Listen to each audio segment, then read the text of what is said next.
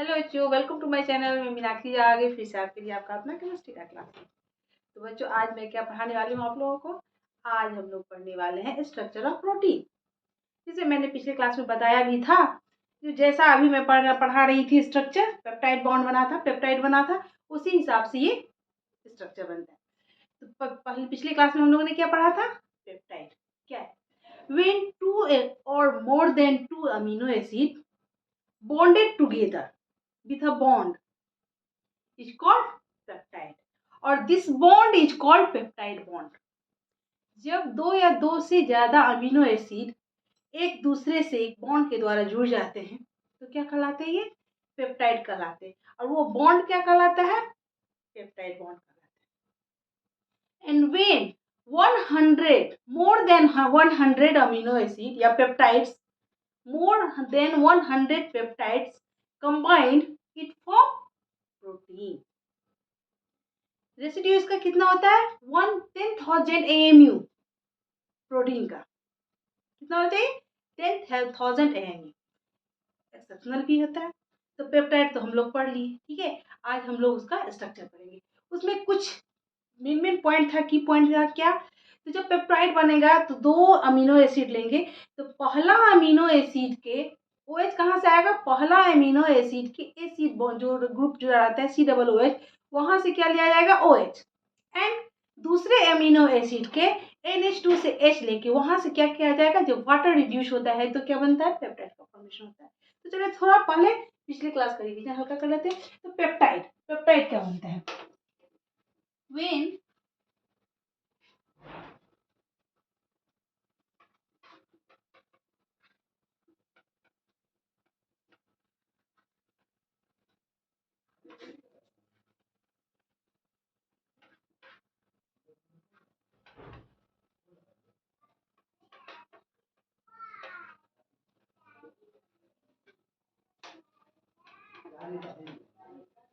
combined together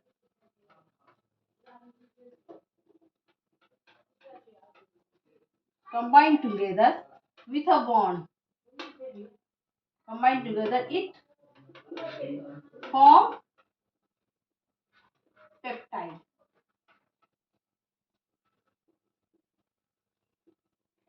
जैसे क्या लिए थे लोग? मान ली पहला ले लिए एक अमीनो एसिड, क्या लिए? ग्लाइसिन। ग्लाइसिन क्या होता है? HCHNH2 COOH।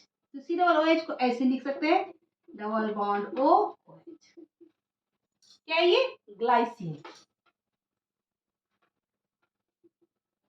और दूसरा क्या ले लिए? एनेलिन। इसके लिए क्या लिए थे हम लोग? यहाँ अमीनो को हमको यहाँ ऐसे दिखाना था, क्यों? तो चूंकि हमको अमीनो ग्रुप से हमें लेना है क्या? H लेना है, इसीलिए इसको मैं यहाँ दिखा रही हूँ, नहीं तो ऐसे दिखा सकती थी, ठीक है। यहाँ क्या लेना है? CH3, ठीक। तो स्टेरिक हिंड्रेंस ना हो तो इसलिए यहाँ ऐसे लिख सकते हैं CH3, और यहाँ पे H, एंड यहाँ C double bond O CH3, sorry C double bond O OH। ये था ना, ठीक। यहाँ पे अगर क्या होगा? जब वाटर यहाँ से रिड्यूस हो जाएगा, क्या हो जाएगा? वाटर रिड्यूस हो जाएगा, -H2O। तो किसका फॉर्मेशन हुआ? पेप्टाइड का। किसका? पेप्टाइड का फॉर्मेशन हुआ। क्या हो जाएगा? HC, यहाँ H, NH2 C double bond O,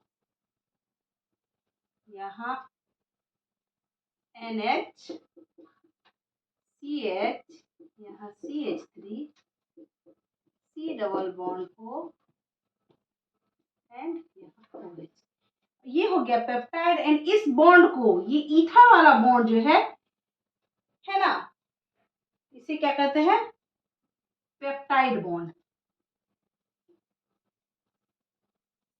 peptide bond. यहां तक तो समझ में आ गई। अब जब 100 मोर देन 100 पेप्टाइड मिलते हैं तो तो किसका फॉर्मेशन होता है? तब प्रोटीन का फॉर्मेशन होता है। तो आज हम लोग पढ़ने वाले क्या है? Structure of protein. तो चलिए स्टार्ट करें। पहले हम लोग प्रोटीन का डेफिनेशन लिख लेते हैं, क्या है ना।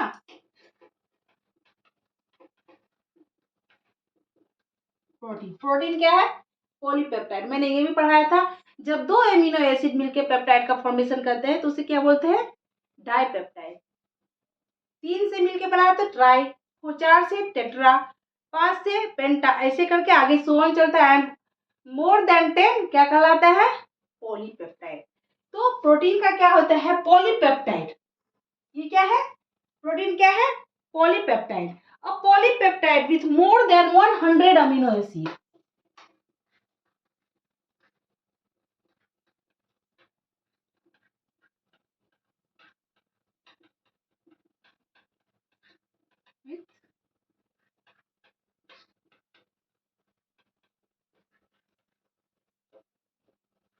More than 100 amino acids. क्या?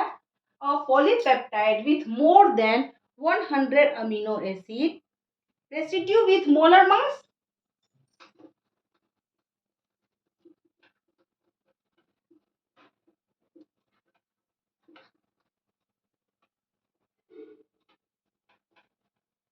मोलर मास कितना होना चाहिए? 10,000 से ज्यादा। 10,000 मोलर मास। मोलर मास कितना होना चाहिए? 10,000 AMU। कितना होगा? 10,000 AMU से ज्यादा होना चाहिए मोलर मास। क्या कहलाता है? Is called protein.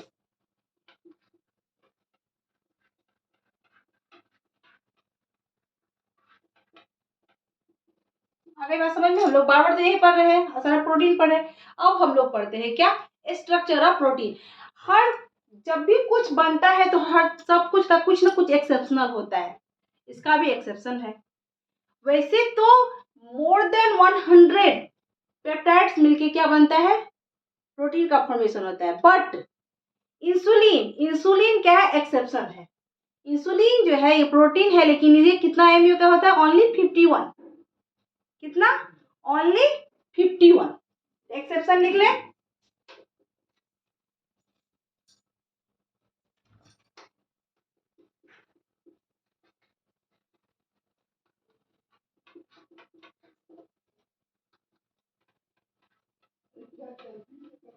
Insulin has only 51 amino acid.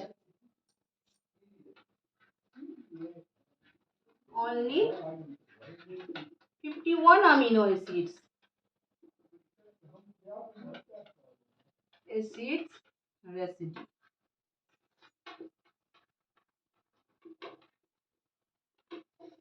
Example में समझ गए क्या हो गया? इंसुलिन हुई। तो चलिए अब हम लोग स्ट्रक्चर पे चलते हैं। चलिए, molecular shape of protein.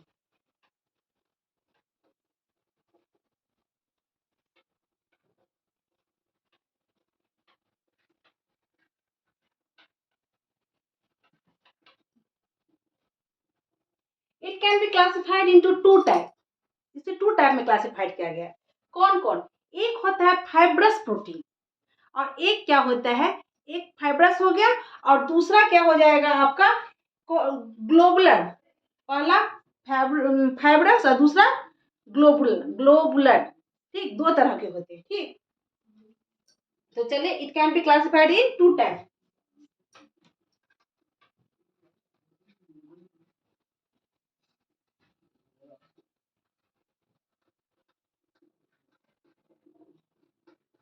In 2 type. पहला क्या हो गया? फर्स्ट फाइब्रस, ऐसे करके दे देते हैं।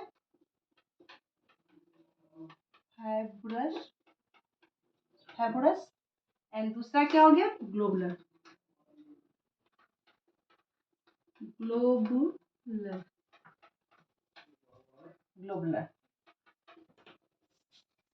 पहला फाइब्रस हो गया, दूसरा ग्लोबुलर हो गया। अब इसका दोनों में क्या पढ़ना है? डिफरेंट पढ़ना है। ठीक है, फाइब्रस, फाइबर से ही होता है। जैसे क्या होता है फाइबर, रेशा। जैसे एग्जाम्पल हो गया जैसे हम लोग का बाल, ये क्या है फाइब्रस प्रोटीन का एग्जाम्पल है, जो किससे बना होता है, कैरोटीन से मिलकर बना होता है। ये प्रोटीन को क्या बोलते हैं, कैरोटीन बोलते हैं। ठीक है, तो फाइब्रस का एग्जाम्पल क्या हो गया, जैसे हम लोग का बोन हुआ, हेयर हुआ, ये सब फाइब्रस का एग्जाम्पल हुआ। फाइब्रस में कैसा शेप होता है, इसका शेप कैसा होता है बच्चों, जैसे देखिए ये ऐसे फाइबर के जैसे रहता है, और इसके बीच में क्या रहता है, ये प्रोटीन जो होता है, तो 2 प्रोटीन या 3 प्रोटीन जिससे मिलकर बना तो वो एक लाइन के रूप में रहते हैं, जैसे ए बी सी डी, इस तरह से ये फाइबर के रूप में रहता है। ये क्या हो गया, फाइब्रस हो गया। ऐसे आया, एक यहाँ से आया, इसका शेप ऐसे ऐसे, ये क्या है, लाइन के रूप में रहता है, ये फाइब्रस हो गया। और ग्लोबुलर कैसे हुआ, तो ग्लोबुलर क्या होता है, ये ऐसे उलझा रहता है, कैसे भी कर लो, ये इस टाइप का होता है, ये ग्लोबुलर हो गया। ये ऐसा क्या हो गया, ये फाइबर रेशा के जैसे रहता है, और ये ग्लोबुलर स्पाइरल रहता है, घुमा हुआ रहता है। ये दोनों में, दोनों का शेप मेज है। अब दोनों के मॉलिक्यूल कैसे होते हैं, उनका स्ट्रक्चर कैसा होता है तो समझ गए हम लोग। इसके बाद कितने एमयू के बनके होते हैं, इसके बाद सोलिबिलिटी, इसके बाद उसका रोल क्या क्या होता है, अभी हम लोग ये दोनों में क्लासिफाई करेंगे और दोनों में डिफ्रेंशिएट करेंगे। ठीक है, तो चलिए स्टार्ट करें। डिफरेंट बिटवीन क्या, फाइब्रस एंड ग्लोबुलर प्रोटीन, दोनों का एग्जांपल है। तो पहले इनके मॉलिक्यूल्स में देखते हैं डिफरेंस क्या होता है। फाइब्रस का जो होता है वो कैसा होता है, अभी मैंने दिखाया था, लॉन्ग एंड थीन, लंबा होता है, पतला होता है। ठीक है, and lie side by side to form fibrous, वो साइड बाय साइड लाई रहता है जो फॉर्म करता है फाइब्रस का।